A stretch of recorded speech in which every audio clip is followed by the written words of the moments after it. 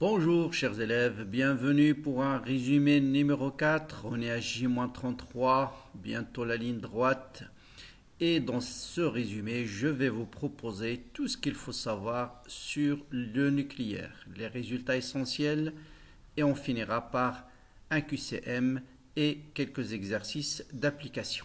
Donc je vais vous mettre aussi dans la description de cette vidéo deux liens. Un où vous allez trouver tous les sujets corrigés depuis 2008 jusqu'à 2020 sur le thème du nucléaire pour sciences physiques. Et bien sûr, c'est le même type d'exercice pour SVT. Et la même chose, même vidéo, cette fois-ci pour les sciences maths. Donc, qu'est-ce qu'il faut savoir sur le nucléaire? Eh bien, on va commencer par le départ. D'abord, un noyau. Qui dit nucléaire dit noyau. Ça veut dire on s'intéresse juste à ce qui se passe à l'intérieur du noyau. Un noyau est noté X. Qu'est-ce qu'il y a à l'intérieur du noyau? Il y a des nucléons. C'est quoi le nucléon? C'est un proton ou un neutron. Donc A, c'est le nombre total de nucléons. Z, c'est le nombre de protons. Chaque élément chimique est caractérisé par son numéro atomique. Et bien sûr, connaissant A et Z, on peut déduire le nombre de neutrons, cette fois-ci, c'est A-Z. En physique nucléaire, on n'utilise pas le kilogramme. Bon, on l'utilise, mais on évite de l'utiliser. On préfère utiliser ce qu'on appelle l'unité de masse atomique. Pourquoi? Parce que la masse des particules est très légère, de l'ordre 10-30 kg. Donc au lieu d'utiliser 10-30, on préfère utiliser 1, 2, 3. Et donc on définit l'unité de masse atomique, c'est 1/12e la masse de l'atome du carbone 12, qui est l'isotope le plus stable. Et on connaît, pour déterminer la masse du carbone 12, c'est la masse molaire divisée par le nombre d'Avogadro, et ça vous donne 1,66 et ainsi de suite, 10-27 kg. Donc c'est ça ce qu'on appelle l'unité de masse atomique. Pour l'énergie, qu'est-ce qu'on utilise comme unité? Eh bien, on utilise l'électron-volt. C'est quoi l'électron-volt? On va le définir après. Donc, un électron-volt, par définition, c'est 1,6 10-19 joules. En fait, c'est l'énergie acquise par un électron lorsqu'il est soumis à une différence de potentiel de 1 volt. Donc, on l'appelle l'électron-volt. Bon, l'énergie qui correspond à une unité de masse atomique. Donc, vous savez que Einstein a montré que la masse est équivalente à une énergie. Donc, si vous avez une unité de masse atomique, quelle est l'énergie correspondante? Donc, c'est mc carré. Donc, en unité internationale, on va utiliser la masse. C'est l'équivalence de l'énergie, une unité de masse atomique en kilogrammes. C, c'est la vitesse de la lumière. Au carré, ça vous donne 14,99 10-11 joules. Si on veut l'exprimer en électron-volt, qu'est-ce qu'on fait? Je divise le joule, je le remplace par 1 divisé par 1,6 10-19. Et vous voyez qu'on obtient 932. Notez bien, des fois on vous donne 932, des fois 931, tout dépend de la valeur précise qu'on utilise pour C. Mais en général, c'est de l'ordre de 932 mégaélectronvolts. Mais ça, on vous le donne en général dans l'énoncé. On vous dit un électronvolt correspond à, par exemple, 932, une unité de masse atomique, correspond à 932 mégaélectronvolts par C carré. Donc, vous voyez, mc carré est égal à 932, ça veut dire la masse, qui est une unité de masse atomique, c'est 932 mégaélectronvolts par C carré. Bien, quelles sont les propriétés de la radioactivité à connaître? Souvent, on les pose sous forme de questions de cours. Donc, il y en a 3. C'est une réaction aléatoire. On ne peut pas définir l'instant exact où va démarrer cette réaction. C'est une réaction spontanée et ne dépend d'aucun facteur extérieur.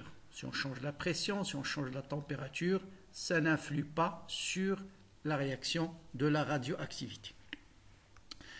Quelles sont les lois de conservation? Donc, il y en a deux essentielles. C'est la conservation de Z au cours d'une réaction, au cours d'une transformation radioactive. Vous avez toujours le nombre de charges est conservé et aussi le nombre de nucléons. Donc, le nombre de nucléons total, ce n'est pas le nombre de protons, ce n'est pas le nombre de neutrons, mais c'est le nombre total de nucléons. Bon, j'ai mis ici la conservation de l'énergie parce que vous avez en fait une confusion. Conservation, si je parle juste de l'énergie, Vous savez bien sûr qu'une réaction chimique s'accompagne d'une perte de masse, donc l'énergie va diminuer ou va augmenter. Mais si on parle de l'énergie totale, c'est-à-dire cinétique et de masse, elle se conserve. Bien, voilà par exemple une transformation chimique, transformation nucléaire. Le cobalt va se désintégrer pour donner le nickel et un électron. Vous voyez bien qu'on peut déterminer Z par conservation. Donc 27 est égal à Z moins 1. Et pour déterminer A, on écrit 60 est égal à A plus 0. Quels sont les types de désintégration? Il y en a trois. Il y a l'émission d'une particule alpha, qui est l'hélium 2,4. Ça veut dire le Z va diminuer de 2 et le A va diminuer de 4.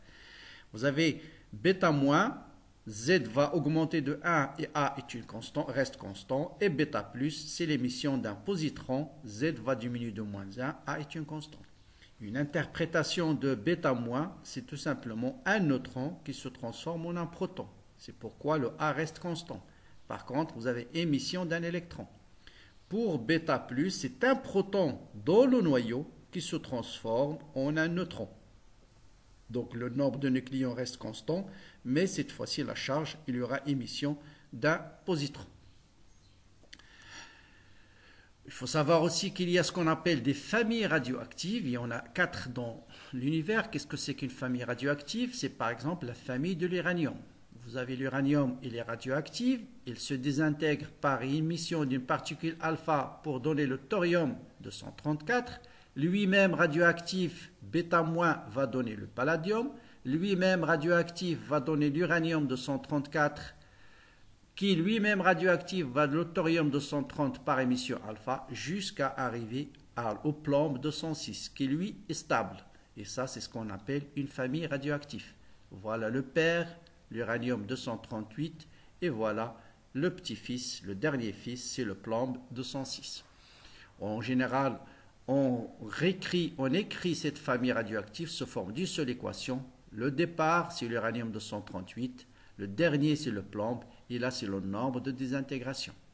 Vous avez n fois x fois émission de bêta-, y fois émission de particules alpha, et par conservation de z et de a, on va déterminer x et y. Donc, il suffit d'écrire 92 égale à 82 moins x plus 2y.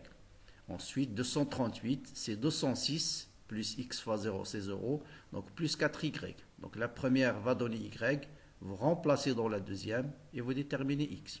Et vous allez trouver particules alpha, on va les compter ici, 1, 2, 3, 4, 5, 6, 7, 8 particules alpha, et 1, 2, 3, 4, 5, 6 et 6 particules bêta-.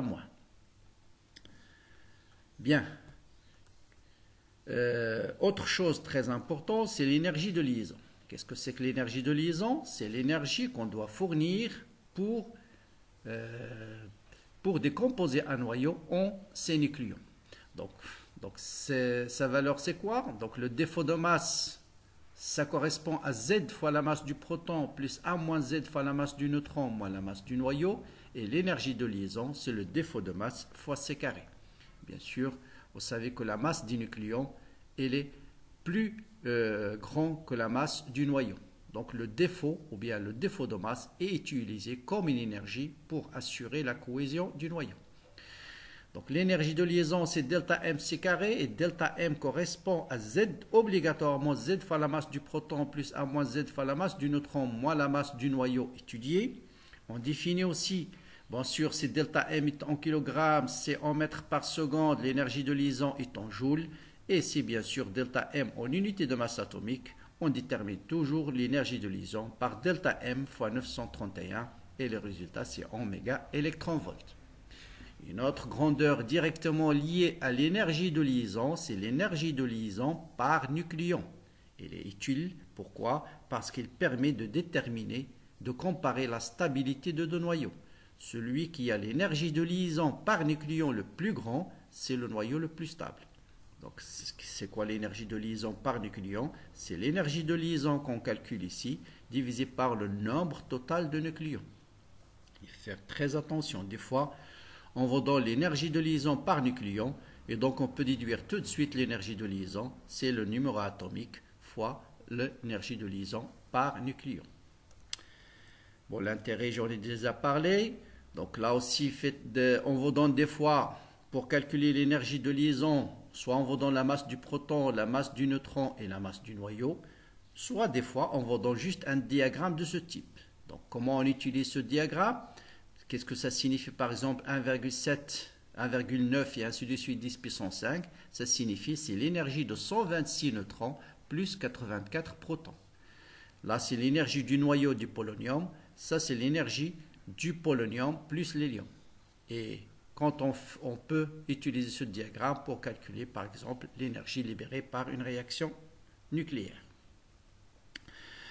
Bien sûr, autre chose, c'est l'énergie de liaison. Ça, c'est la courbe d'Aston qui montre en fait comment évolue l'énergie de liaison en valeur absolue en fonction du numéro atomique. Et vous voyez bien que les noyaux les plus stables, ce sont eux qui ont l'énergie de liaison par nucléon la plus grande. Donc ce sont qui sont comprises entre à peu près 40, Z égale à 40 et Z égale à 100. Les noyaux légers sont moins stables, les noyaux lourds sont moins stables. Donc qu'est-ce qu'ils vont faire le noyau léger? Ils vont tendance à se fusionner pour former un noyau lourd plus stable, c'est la réaction de fusion. Les noyaux les plus lourds, ils auront tendance à se fissionner, à se décomposer pour des noyaux moins légers, plus stables. Ils vont subir donc la fission. Donc la fission concerne les noyaux lourds, la fusion concerne les noyaux légers. Et ceci, c'est tout simplement pour se rapprocher de la partie des noyaux stables qui est comprise entre 40 et 100. Donc vous voyez bien que l'énergie de liaison par nucléon n'augmente pas en fonction de A, ne diminue pas en fonction de A, mais elle diminue puis elle augmente. On arrive à la loi de décroissance radioactive, la plus étudiée, ou bien celle où on vous pose plus de questions. Il vous donne comment évolue le nombre de noyaux qui restent à un instant T donné. Donc si on démarre avec N0, après un certain temps, il vous reste N0 exponentielle moins lambda T. Donc ça c'est le nombre de noyaux qui restent à un instant T. Donc voilà, bien sûr, on démarre par N0, et si t tend vers l'infini, le nombre de noyaux qui restent va tendre vers 0.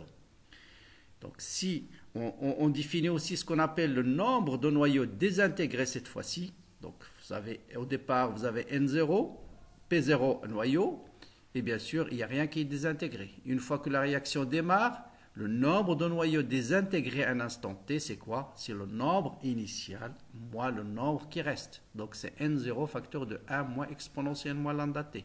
C'est la courbe en vert. Donc si t tend vers l'infini, le nombre de noyaux désintégrés sera le nombre de noyaux initial du noyau pair. Donc notez bien, lambda, c'est ce qu'on appelle la constante radioactive. C'est l'inverse, son unité, c'est seconde moins 1. Des fois, on le note 1 sur tau, hein. Des fois, faites attention, on peut vous donner N0 exponentielle moins T sur tau. Et 1 sur tau, c'est lambda. On peut aussi vous donner la courbe log de n en fonction du t, et log de n en fonction de t, c'est une droite. Et la pente, c'est moins lambda. D'accord? Bon, là, on peut l'écrire log de n, c'est log de n0 moins lambda t, vous voyez bien, ax plus b, avec a, c'est moins lambda. Donc à partir de la pente de cette droite, on peut déterminer par exemple lambda. Et si on connaît lambda, on peut déterminer t1 demi. On verra ce que c'est que t1 demi. Donc voilà, tau, c'est 1 sur lambda. Tau, son unité, c'est le seconde. Et lambda, seconde, moins 1. Demi-vie ou bien la période. Qu'est-ce que c'est qu'une période? C'est le temps nécessaire pour que la moitié du noyau initial se désintègre. C'est-à-dire, vous démarrez avec N0, quel est le temps au bout duquel le nombre qui reste, c'est N0 sur 2, ou bien le nombre désintégré, c'est N0 sur 2. Là, c'est la même chose. Parce que si vous avez N0 sur 2 qui reste, ça veut dire le nombre désintégré, c'est aussi N0 sur 2. Donc, on va écrire N de t égale à N0 sur 2, en simplifiant par N0, en appliquant le logarithme, on détermine facilement log de 2 est égal à lambda fois t1 demi. Donc, se rappeler toujours, lambda seconde moins 1, t c'est temps, donc le produit sans unité, donc c'est lambda fois t1 demi qui est égal à log de 2. C'est une relation très importante aussi à utiliser si au bout de n fois t1 demi, c'est-à-dire 4 t1 demi, 5 t1 demi, quel est le nombre de noyaux qui reste? Et là, vous retenez tout de suite le nombre de noyaux qui restent après n fois t1 demi, c'est n0 sur 2 à la puissance n. Relation très très utile. Chaque fois qu'on vous demande de calculer le temps, la demi-période, et vous savez par exemple le temps, il faut comparer ce temps tout de suite, ou bien le nombre de noyaux qui reste après un certain temps, comparer ce temps à t1 demi. Si vous voyez c'est un multiple de t1 demi, vous pouvez utiliser tout de suite cette relation-là. Très très utile, surtout dans les concours. Bon, là, on a parlé du nombre de noyaux et les relations de désintégration. Qu'en est-il pour l'activité? Qu'est-ce qu'on appelle l'activité d'un échantillon? Eh bien, tout simple, radioactive, c'est sa vitesse de désintégration. Donc, un échantillon à l'instant T est le nombre de désintégrations par seconde, c'est-à-dire tout simplement la vitesse de désintégration. Et la vitesse, bon, en mécanique, c'est d de x sur d de t, c'est la variation de la longueur. Là, c'est la variation du nombre de noyaux. Donc, c'est delta de n sur delta t. Comme l'activité est positive, delta n sur delta t est négatif parce que le nombre de noyaux décroît. Donc, on met valeur absolue. Ceci va nous déterminer donc d de n sur d de t est égal à moins lambda n0. Vous dérivez exponentielle moins lambda t, ça vous donne moins lambda.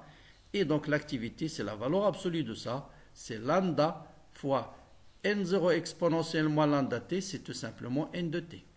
Ou bien, lambda n0, on peut le poser, c'est a0. Très, très utile aussi. Si vous connaissez l'activité à t égale à 0, et vous connaissez lambda ou bien t1 demi, vous pouvez déterminer n0. Et inversement, si je connais n0, je peux déterminer l'activité à t égale à 0. Eh bien, l'unité, autrefois, on utilise le Curie, mais maintenant, on utilise le Becquerel ou bien des intégrations par seconde. Donc, la même chose, même relation vérifiée pour le nombre de noyaux après n fois t1 demi. Vous avez aussi l'activité au bout de n fois t1 demi. C'est l'activité initiale divisée par 2 puissance n. Très, très utile dans les concours. Bon, un Becquerel, bien sûr, c'est une désintégration par seconde. La datation. Voilà aussi un autre sujet intéressant dans le nucléaire. On utilise la radioactivité pour déterminer l'âge d'un échantillon. Et vous avez en général deux grandes méthodes de datation. Il y a ce qu'on appelle la datation au carbone 14. Bon, le principe, il est très simple. D'où vient le carbone 14? Il vient de l'interaction des rayons cosmiques avec l'azote. Et vous avez une relation, l'azote plus des neutrons va se transformer en carbone 14 plus un proton. Ce carbone 14, qui vient dans l'atmosphère, va être absorbé par les êtres vivants. Vous, moi-même, les arbres, tout ce qui est vivant consomme le carbone 14 soit par la photosynthèse pour les arbres, soit dans dans ce qu'on mange et ainsi de suite, ou bien ce qu'on respire. Donc, on absorbe du carbone 14. Donc, et la quantité du carbone 14 par rapport au carbone 12 dans l'univers, elle est constante dans les derniers millénaires. Ça veut dire quoi? Vous avez le nombre de noyaux de carbone 14 qui sont formés est à peu près égal au nombre de noyaux de carbone 14 qui sont absorbés par les êtres vivants. Donc ce rapport chez les êtres vivants, il est constant. Une fois que l'être va décéder, par exemple un morceau d'arbre, ça y est l'arbre, et n'absorbe plus le CO2, qu'est-ce qu'il va faire? La concentration du carbone 14 va diminuer. Par contre, celle du carbone 12 va rester constante. Et donc, c'est ça le principe. Donc, tant qu'il est vivant, le rapport est constant. Une fois que l'arbre meurt, cette concentration va diminuer. Donc, on va prendre un morceau de bois ici, à un instant T. On va déterminer le nombre de noyaux du carbone 12 qu'il contient. Sachant que ce rapport est constant, donc on peut déterminer le nombre de noyaux de carbone 14 qu'il contenait à t égale à 0. Et à partir de là, on peut déterminer l'âge de l'échantillon. Donc l'âge, il est déterminé en général par le nombre de carbone 12 dans l'échantillon. Ensuite, on calcule le nombre de noyaux du carbone 14 à partir du rapport d'abondance. On détermine le taux de désintégration initial, parce que je connais N0, et je mesure le nombre de désintégration actuelle du morceau de bois. Connaissant A de t et A0, vous avez directement le temps ou bien l'âge de l'échantillon, c'est moins 1 sur lambda log de A de t sur A0. Donc voilà la relation de base qu'on utilise ou bien log de n de t sur n0 si vous connaissez n de t. Donc soit on détermine le nombre de noyaux du carbone 14 dans l'échantillon à un instant t, ou bien son activité. C'est plus simple de mesurer l'activité. À un instant t, connaissant l'activité à t égale à 0, on peut déterminer, bien sûr, voilà comment on détermine l'activité à t égale à 0. On peut déterminer l'âge par cette méthode. Vous avez une autre méthode qui est basée sur, qu'on utilise dans le cas où on ne peut pas connaître le nombre de noyaux initial.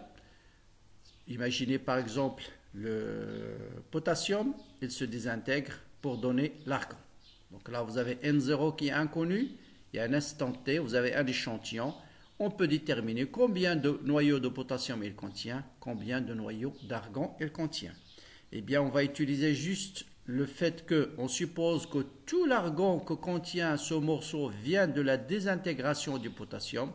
Donc le nombre de noyaux de l'argon, c'est quoi? C'est le nombre initial moins le nombre qui reste. Ensuite, vous connaissez que n de t sur n0 c'est exponentielle moins lambda t. Donc le nombre de noyaux de potassium sur n0. N0 c'est quoi? C'est le nombre qui reste de potassium plus le nombre de noyaux formés de l'argon. Donc je peux déterminer le nombre de noyaux d'argon, c'est N0. Donc voilà, c'est N0 moins NK. Donc GNK est égal à nombre de noyaux dans l'échantillon. Le nombre de noyaux de potassium, c'est la masse fois le nombre d'Avogadro divisé par la masse molaire. Même relation pour l'argon. Je peux déterminer le rapport, le nombre de noyaux de potassium sur le nombre de noyaux d'argon. C'est en fait la masse de l'argon divisée par la masse du potassium. Donc, mesurant le rapport des masses, je peux déduire directement l'âge de l'échantillon. Donc, vous voyez, donc l'âge, c'est... Donc là, on peut déterminer T à partir de cette relation. On peut déterminer en appliquant le log et ainsi de suite. Et le log va se déterminer en fonction de 1 plus le rapport de N argon sur N potassium. Voilà, et on arrive à cette relation. Bon, je n'ai pas fait la démonstration, mais c'est très facile à faire. Je l'ai déjà fait dans une vidéo précédente. Donc voilà, le T, vous voyez qu'il dépend de T1,5 et de la masse de l'argon et de la masse de potassium. Donc là, il suffit de prendre un échantillon, de déterminer combien d'argon il contient, combien de potassium il contient, et on peut déterminer l'âge de l'échantillon. Donc cette relation aussi, elle est très importante. Comment déterminer le nombre de noyaux dans une masse donnée? Donc le nombre de noyaux, c'est la masse fois le nombre d'Avogadro divisé par la masse molaire. Bon, c'est très facile à déduire, il suffit d'utiliser la règle de 3. N, c'est le nombre dans une masse petit m, le nombre d'Avogadro, c'est le nombre de noyaux dans la masse molaire. Enfin, on arrive à la fusion et la fission nucléaire. Ce sont deux réactions nucléaires qui se font. La fission, on a dit, c'est pour les noyaux légers, et la fusion, un noyau lourd. Un noyau lourd peut être bombardé par une particule pour donner deux noyaux légers. Eh bien, l'énergie libérée par cette réaction, c'est delta mc carré. Bon, on calcule delta m comme d'habitude. Par exemple, ici, c'est la masse du césium plus la masse du rubidium plus 2 fois la masse du neutron moins la masse de l'uranium moins la masse du neutron. Ça vous donne une énergie qui est 10 moins 11 joules. Bon, une énergie très très faible. Pourquoi on parle de l'énergie nucléaire? Eh bien, tout simplement, sachez que ça, c'est l'énergie libérée uniquement par quoi? Par un seul noyau. Toujours comprendre ceci, c'est l'énergie libérée par un seul noyau. Si on veut déterminer par exemple l'énergie libérée par 1 kg, je détermine le nombre de noyaux dans 1 kg. Je connais la masse molaire, donc le nombre de noyaux, la masse molaire, c'est la masse d'un noyau, pardon, c'est la masse molaire divisée par le nombre d'Avogadro. Et donc je peux déterminer le nombre total du noyau, donc c'est la masse divisée par, donc la masse, c'est-à-dire 1 kg divisé par la masse d'un seul noyau, et ça vous donne 2,56, 10 puissance 24 noyaux. Donc vous voyez, c'est énorme. Donc si vous multipliez ça par l'énergie libérée par un seul noyau, vous allez trouver, bien sûr, bon ça c'est le nombre de noyaux, c'est 1 kg divisé par la masse d'un noyau. on va trouver une énergie énorme. Bon, je n'ai pas fait le calcul, mais vous multipliez ça par ça, ça vous donne au moins par ça 10, 24, au moins 10 moins 11. Vous voyez, c'est 24 moins 11, 13 joules, 10 puissance 13 joules, de l'ordre de 10 puissance 13 joules. Bien, la fusion, c'est le même principe, sauf que dans ce cas-là, ce sont deux noyaux légers qui vont fusionner pour donner un noyau lourd. Par exemple, l'hydrogène et le tritium donnent l'hélium, plus une certaine énergie libérée, bien sûr. Et l'énergie libérée, c'est delta de M, C carré. Bon, dernière remarque, on peut calculer l'énergie libérée par cette réaction ou bien par la fusion ou bien par la fission si on connaît les énergies de liaison de chaque élément qui fait intervenir dans la réaction. Par exemple, si je connais l'énergie de liaison de X1, X2, X3, X4, delta E, la variation de l'énergie, ou bien l'énergie libérée par cette réaction, c'est l'énergie de liaison de X1 plus l'énergie de liaison de X2 moins l'énergie de liaison de X3 plus, et ainsi de suite. Faites attention, c'est l'énergie de liaison.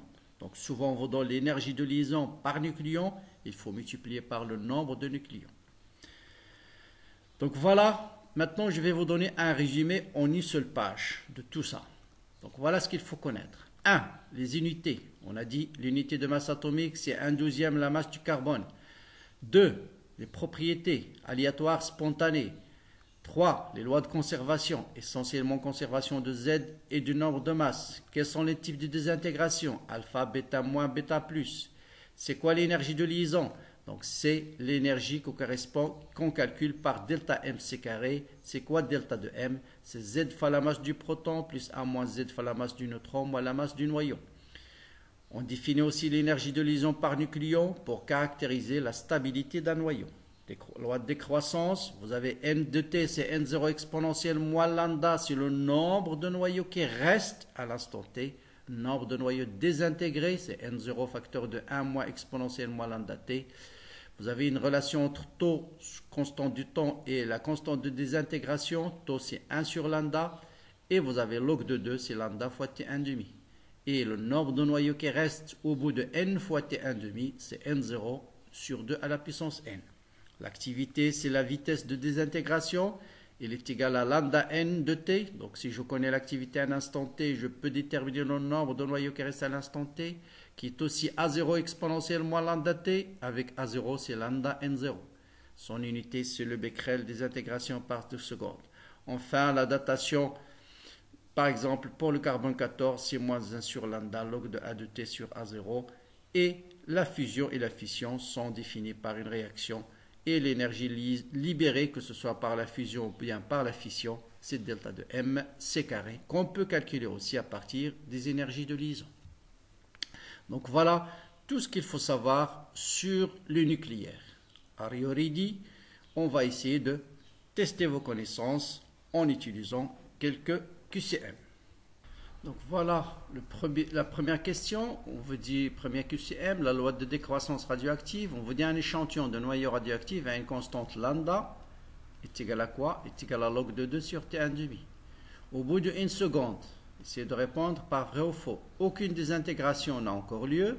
30% de noyaux pairs se sont désintégrés. Il reste 25% du noyau initial. Il reste 70% du noyau initial. Donc, essayez de bloquer la vidéo. Essayez de réfléchir à la question. Et bien, tout de suite, on va calculer T1,5. Donc, puisqu'on vous dit lambda fois T1,5 est égal à log de 2, donc lambda est égal à log de 2 divisé par... on va démarrer tout de suite par la relation lambda T1,5 égale log de 2. Je vais remplacer lambda par log de 2 divisé par 2. Donc, voilà, T1,5 c'est log de 2 sur lambda. Ensuite, je remplace lambda par log de 2 fois... log de 2 divisé par 2. Donc là, divisé par 2. Et donc, vous voyez bien que T1,5 égale à 2 secondes. Très bien. Je connais T1,5 maintenant. T1,5 égale à 2 secondes. On me dit combien? Au bout d'une seconde. C'est quoi une seconde? Donc une seconde, c'est T1,5 divisé par 2. Donc je peux déterminer le nombre de noyaux qui restent à un instant T1,5 sur 2 en écrivant c'est N0 exponentielle moins lambda fois T1,5 divisé par 2. Or, lambda fois T1,5 c'est log de 2, donc c'est N0 exponentielle moins ln de 2 sur 2, qui est égal à n0 exponentielle moins 1 demi log de 2, c'est log de 2 à la puissance 1 demi, avec toujours le signe moins. Donc c'est égal à n0 sur exponentielle log de 2 à la puissance 1 demi, c'est-à-dire tout simplement 2 à la puissance 1 demi. Et racine de 2, c'est 0,7. 1 sur racine de 2, c'est 0,7. Donc ça vous donne 0,7 fois n0. Donc, on connaît n au bout de t1 au bout de n secondes, c'est tout simplement 70% de n0. Et avec ça, vous pouvez répondre à toutes les questions maintenant. Voilà. Ça veut dire il reste combien? Il reste 70%. Donc tout de suite, aucune, c'est faux. 30% se sont désintégrés. Ça veut dire quoi? S'ils sont 30% se sont désintégrés, combien il reste? Il reste 70%. Donc c'est vrai. Donc là, parce que le nombre de noyaux qu'on a calculé, c'est le nombre de noyaux qui reste. Il reste 25%, c'est faux, puisqu'on a dit il reste 70%. Il reste 70%, c'est vrai. Donc voilà comment répondre à cette question-là. Bien. Maintenant, si vous avez bien compris le cours, essayez de lire ces 4 propositions et cherchez la réponse juste. Ça veut dire qu'il y a une seule bonne réponse. Laquelle? 1. L'énergie de liaison est l'énergie fournie lors de la formation du noyau à partir des nucléons isolés et immobiles. Est-ce que c'est vrai ou faux? Hein? Donc, il faut se rappeler qu'est-ce que c'est que la définition de l'énergie de liaison. J'ai dit tout à l'heure dans le cours, l'énergie de liaison, c'est quoi? C'est l'énergie qu'on doit fournir pour casser un noyau et le partager en nucléons. Donc, proton plus neutron. Donc, c'est l'énergie de liaison qu'on doit fournir pour transformer un noyau, bien pour détruire un noyau et donner, bien sûr, et former des protons et des neutrons. Donc cette réponse elle est fausse. L'énergie de liaison par nucléon est plus grande pour les noyaux légers que pour les noyaux lourds. Est-ce que c'est vrai? Là aussi c'est faux. J'ai insisté tout à l'heure. Pourquoi? Parce que l'énergie de liaison par nucléon il augmente jusqu'à atteindre les valeurs stables. Ensuite il diminue. Donc en valeur absolue c'est l'inverse. C'est la courbe d'Aston, si vous vous rappelez. D'accord? Donc, moins l'énergie de liaison par nucléon, si je prends l'énergie de liaison par nucléon, il augmente, ensuite, il est à peu près constante, après, il diminue. Donc, il n'augmente pas de façon continue. Donc, c'est faux. Plus un noyau stable, plus son énergie de liaison est élevée. Est-ce que c'est vrai ou faux? Faites attention, c'est faux aussi. Parce que son énergie de liaison élevée, il faut ajouter son énergie de liaison par nucléon. Par nucléon. Et dans ce cas-là, ça va être correct. L'énergie de liaison des nucléons stables est de l'ordre de 8 mégaélectronvolts par nucléon. L'énergie de liaison des nucléons stables, des nucléons stables, c'est-à-dire l'énergie de liaison des noyaux stables est de l'ordre, est-ce que c'est vrai? Bon, rien que l'unité, vous allez dire que c'est faux, parce que ce n'est pas l'énergie de liaison qui est de l'ordre de 8, c'est l'énergie de liaison par nucléon.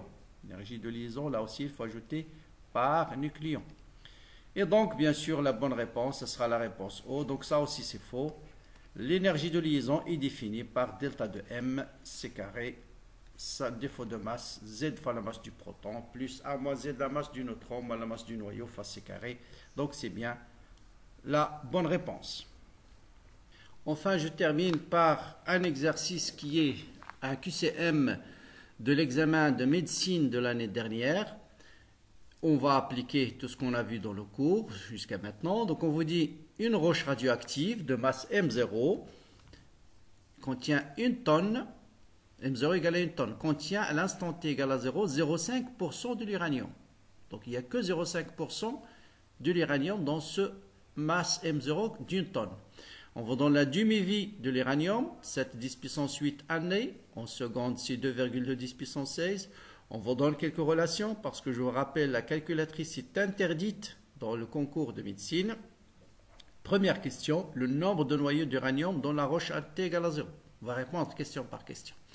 Pour chercher le nombre de noyaux, qu'est-ce qu'il faut déterminer? Il faut déterminer la masse de l'uranium parce que je connais la masse d'un noyau d'uranium. La masse, 1 tonne contient T0. Voilà. Voilà, la masse d'uranium, elle est là. Donc voilà. Donc, on va répondre tout de suite. Je détermine tout de suite le nombre, la masse de l'uranium dans une tonne, puisqu'il n'y a que 5%, 0,5% c'est 0,5 sur 100, donc ça me donne 5, 10 puissance 3 grammes. Donc c'est comme si on me pose la question, combien du noyau d'uranium contient une masse de 5 mg. Donc, vous rappelez, le nombre de noyaux, c'est tout simplement le nombre de moles, c'est le nombre de noyaux divisé par le nombre d'Avogadro, qui est égal à la masse divisé par la masse molaire. Donc le nombre total du noyau, c'est le nombre d'Avogadro multiplié par la masse divisé par la masse molaire. Et vous voyez que les calculs qu'on vous donne, on va les appliquer ici, et vous allez trouver 1,28 10 puissance 25. D'accord? Donc c'est le nombre d'Avogadro fois la masse divisé par la masse molaire. Donc voilà, on revient à la deuxième question. Donc là, faites attention ici, c'est la masse molaire qu'on donne. Si par hasard dans l'énoncé on avait donné la masse du noyau, je vais diviser tout de suite la masse que j'ai trouvée par la masse d'un noyau. Donc faites bien attention à cette distinction. Des fois on vous donne la masse du noyau, mais des fois on vous donne la masse molaire. Donc ça c'est la masse molaire. C'est pourquoi j'ai utilisé la méthode pour calculer le nombre de noyaux. Question suivante. Calculer l'activité à t égale à 0. Bon, je connais le nombre de noyaux. L'activité, c'est tout simplement lambda fois n0. Lambda, j'ai t1,5, donc j'ai tout. Je peux déterminer l'activité à t égale à 0. Donc l'activité, c'est lambda n0. Et lambda, c'est log de 2 divisé par t1,5. n0, je l'ai déterminé dans la question précédente. Vous voyez un peu, pour utiliser les relations qu'on donne, on va faire apparaître 1,28 fois 0,7 divisé par 2,2 et ça c'est donné. Ça vous donne 4,07 10 puissance 8. Donc la bonne réponse, c'est la réponse C. Bien. Question suivante. À l'instant t égale à 2, 28 10 puissance 8 années, l'activité est. Donc là, vous voyez, on vous donne l'instant. Je connais l'activité initiale. Donc c'est A0 ici. Donc je peux déterminer A de t exponentielle moins lambda t. Sauf que le calcul va être un peu long. Et puisqu'on vous dit c'est en fonction de A0.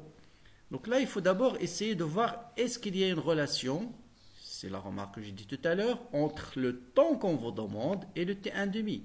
Et vous voyez bien, le temps qu'on vous donne, c'est exactement 4 fois t1,5. Donc je peux écrire tout de suite A de t, c'est A0 sur 2 à la puissance 4. Parce que j'ai démontré dans le cours qu'après n fois t1,5, l'activité, c'est l'activité initiale divisée par 2 à la puissance n. Et 1,5 à la puissance 4, ça vous donne 0,0625 à 0. Et donc la bonne réponse, c'est 6,25 10 moins 2. C'est la réponse D. Voilà pour ce concours. Et avec ça, je termine avec cette vidéo où j'ai essayé de voir un peu l'ensemble des choses essentielles, que ce soit pour le bac ou bien pour le concours, pour bien répondre rapidement. Vraiment, toujours les questions sur le nucléaire, ce sont des points à ne pas rater, sous aucun prétexte. Ce sont toujours des questions très très faciles. La preuve, consultez la vidéo qui va être dans la description de la vidéo. Vous allez voir, c'est pratiquement les mêmes questions qu'on vous pose à chaque année. Donc voilà. S'il vous plaît, n'hésitez pas à partager ces vidéos de révision et l'ensemble des vidéos d'une façon générale, la chaîne avec vos amis, que ce soit à travers les réseaux sociaux, si vous avez des groupes, aidez-les avec ce problème de Covid. Donc, il y a des problèmes de cours dans les lycées. Donc, c'est pourquoi j'ai essayé de vous proposer le maximum possible de vidéos sur la chaîne, mais essayez de les partager. Partagez-les avec vos amis. C'est le Ramadan, donc faites plaisir à vos camarades en leur donnant les liens de ces vidéos-là. Et je vous souhaite bien sûr bon courage, bonne continuation et à très bientôt pour le résumé numéro 5. J'attends vos commentaires sur la vidéo. Si vous pouvez me dire chacun d'entre vous, c'est quel chapitre où vous êtes arrivé en ce moment. D'accord? Allez, à bientôt.